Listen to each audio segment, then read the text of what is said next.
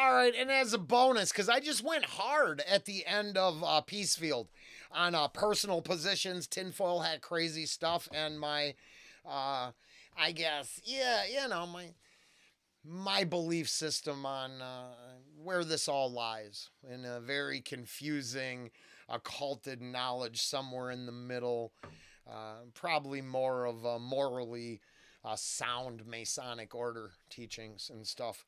Um, but I was going off on where is the line? And I wasn't thinking about the artist. I'm actually kind of impressed, very impressed, which means nothing because I can't get views for the gentleman, and I'm not gonna. Right?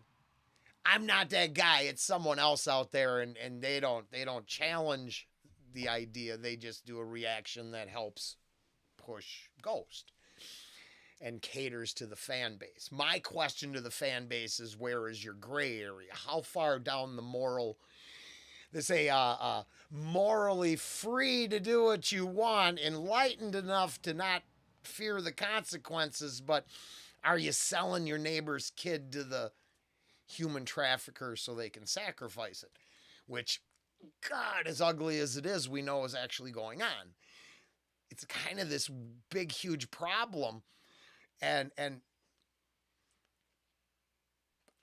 know that it disgusts me, right? And I'm not projecting this over here. I wanted to come here because I think the dude's way deeper than any of the imagery. That's why I personally am always using. I think he's indicting the control system and some of the. Well, damn it, the control system, the binding nature of religion. Not the freeing side of it, which was like my personal relationship with Jesus, yours with, I guess the light bringer. That's on you. I'm not. It's the morally sound baseline that I draw that I figure separates me from the beasts or the people who dwell in the shadowy gray areas of the fringes of society.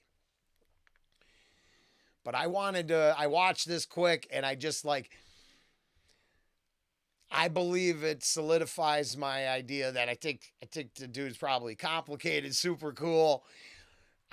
Here, I'd put him on a short list of people I'd want to talk to.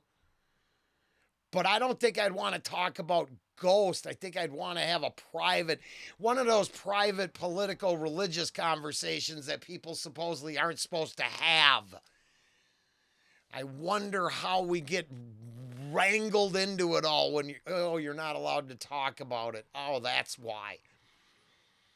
I would reiterate, how did we cut out the hearts on the solstice and offer it to the sun god system win out? Certainly not publicly. It's not within the social contract. So I would start with, what sort of social contract do you think we could handle? Because survival of the fittest is rough. I mean, we could take a look around the world right now. We actually go to a point where, they're going to outlaw chain butcher knives to the kitchen. Wouldn't it be better to have a social contract that was based on a little better moral code? Like, you don't go around stabbing each other? Am I confused on that? Do people want the stabby McStab world? Is that what are they looking for that? Do they have any idea that the people who have went to work and kept their mouth shut forever will whoop their ass in a heartbeat? Dudes, not me. I'm just a cook. There's dudes that are carrying bricks every day for a paycheck. If you take that away from them, what do you think they're going to do to your lesbian covens? What do you think you're going to do to my other car's a broomstick set?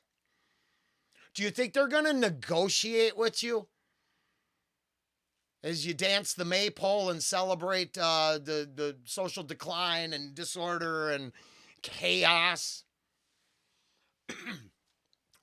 What do you think the bricklayers are going to do?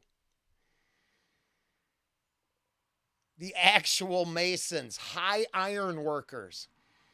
Do you understand the problem with taking high iron workers and just leaving them all bored and restless. The people that can do that will not debate with you. So, as we enter into a confusing world where some ideas seem popular but maybe should be questioned more, maybe the nuances of the control system should be examined instead of, I like one side better because it's pretty and fun and I get to hump stuff. Or the other side makes me morally superior and I get to point my nose down at others and think I'm better than them. Both sides, both those are fringe ideas. The guys building the buildings, the people bringing in the crops, making the food, the machine that keeps it all going so you can stand around and cry about it. You do not want those people pissed off at you. You should all be grateful that they keep their mouth shut and just go to work. I don't think people can comprehend what's coming from all that. Well, I do. I know about that when a normal man is pushed into a corner thing.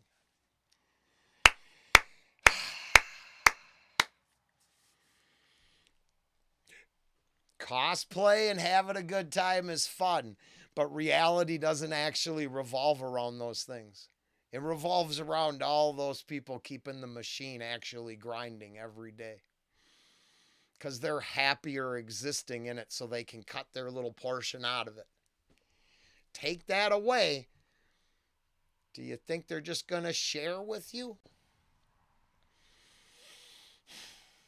So I think it's all complicated. And then it appears, I think I could have an honest, a deeper conversation with this guy. I think it's more interesting focusing what the marks or whom the marks are. Because the marks of the evil one is not about, it's not signs of the evil one. Marks in this case mean something else. So lyrically, it's a very dumbified interpretation of biblical writing and sort of simplified as something cool. But Marks of the Evil One is a song about something that I see. I think. And that's. First, I would like to hear the rest of the interview. I think I'm going to search that out on my own. If you're interested in what the artist, the creator of Ghost, has to say, there you go. That's the best endorsement I can do. I am not apologetic. I actually believe his music and his choices and ideas help create some of the best reactions on the channel. Well worth the time and effort. If not the less the, well worth the time and effort. We're going with that. Later.